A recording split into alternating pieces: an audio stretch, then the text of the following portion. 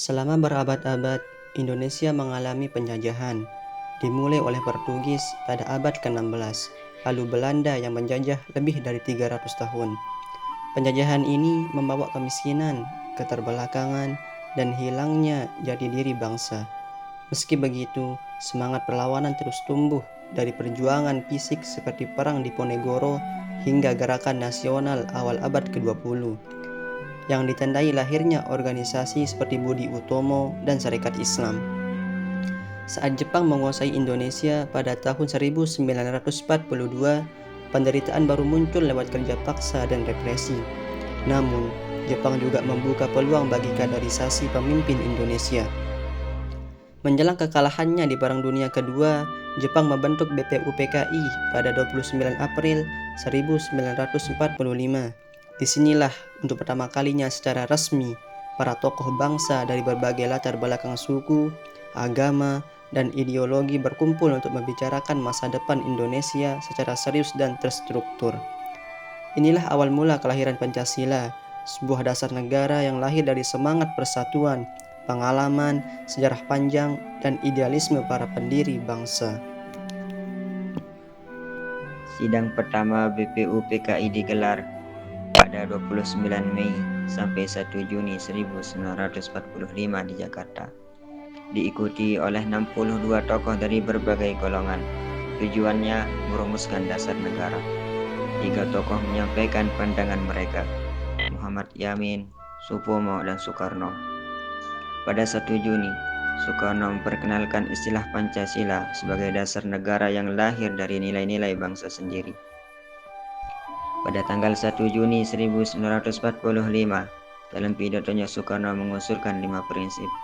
1. Kebangsaan, 2. Peri kemanusiaan, 3. Demokrasi, 4. Kesejahteraan, 5. Ketuhanan.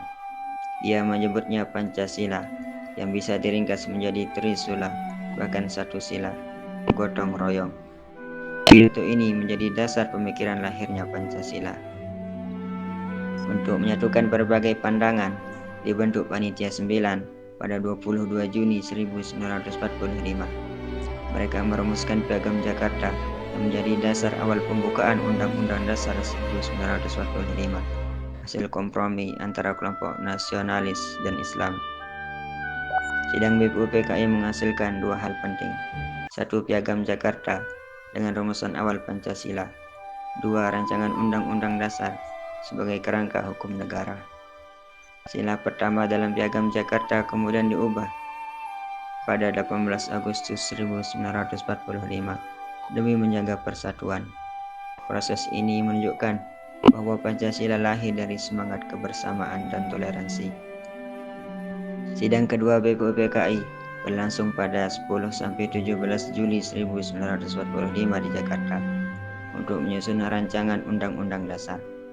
Dipimpin Dr. Rajiman Wedyu Diningrat, sidang ini membentuk panitia perancang Undang-Undang Dasar yang diketuai oleh Soekarno. Hasil utama sidang adalah rancangan Undang-Undang Dasar, termasuk pembukaan yang memuat Pancasila sebagai dasar negara. Rancangan ini disahkan oleh PPKI pada 18 Agustus 1945.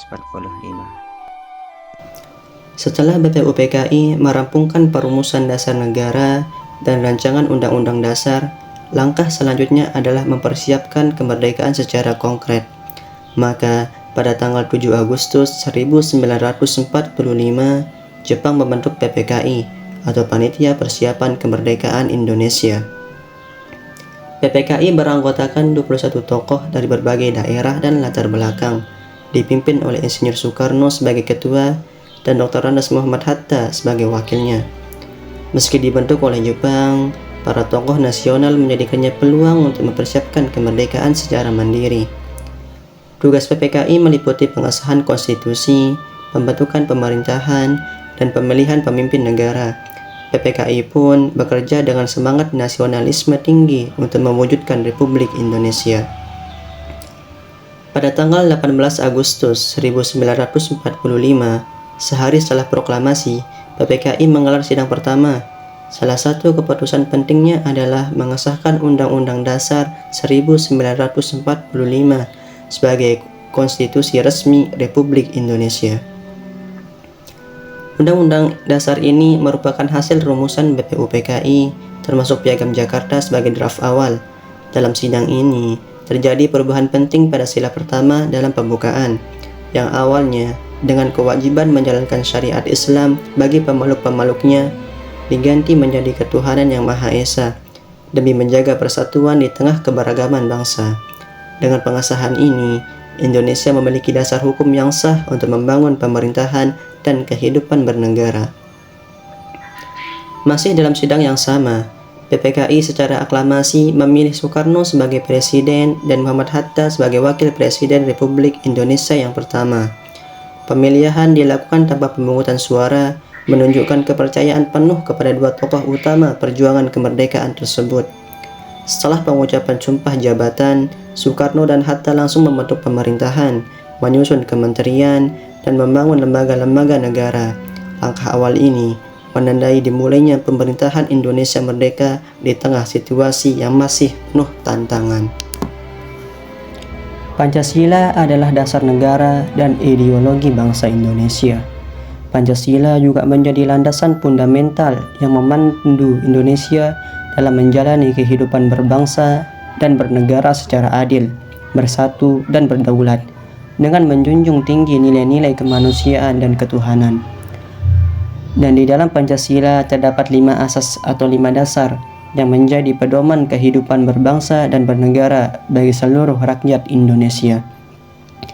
5 sila dalam Pancasila adalah: pertama, ketuhanan yang Maha Esa; 2, kemanusiaan yang adil dan beradab; 3, persatuan Indonesia; 4, kerakyatan yang dipimpin oleh hikmat kebijaksanaan dalam permusyawaratan perwakilan; 5, keadilan sosial bagi seluruh rakyat Indonesia.